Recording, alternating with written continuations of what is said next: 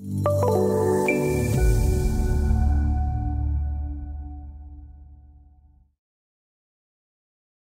the previous videos, you have seen how to process clash detection jobs based on references and levels criteria. Now you will see an example of a clash detection using named groups. To create and modify named groups, search for Named Groups dialog in the Search tool. Named groups are the most flexible method for grouping elements. They can include elements from the active file and those from directly attached references. Click on New Named Group and give it a new name. Interior walls. We will create a clash detection job to check interferences between these walls and ducts in the mechanical model. At the moment, there are no elements in the set.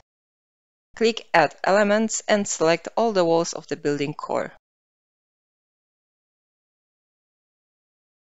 When done, left-click anywhere in the view to confirm the selection. The number of elements in the Named Groups dialog got updated, and we can now right-click on the group to set a display set and isolate the elements to see them better. When done, select Clear Display Set. Create a new named group for ductings. Let's see another method for adding elements to a named group with Add to Graphic Group option. First, we need to select all the ducts. Selecting them might be easier if we switch off the display of other references files and of some of the levels. Let's switch off the display of core lobby reference, active levels in the active file, and equipment and diffusers levels for the mechanical reference. We can now select all the duct elements at once. In the Search tool, type Add to Graphic Group and open the tool. Select the correct named group and left-click in the view to accept the selection. The number of elements in the ductings named group is now updated. When both named groups are ready, we can move to Clash Detection tool in the Collaborate tab.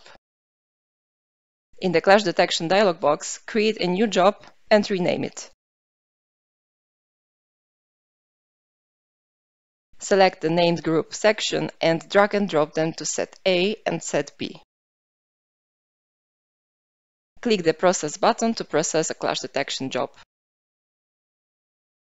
When finished, the results display in the Results tab and the View window displays the clash we select.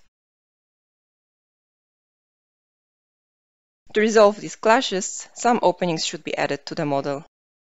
You may be interested to learn about the Penetrations tool that automates the opening creation process. Check other videos on our channel to learn more.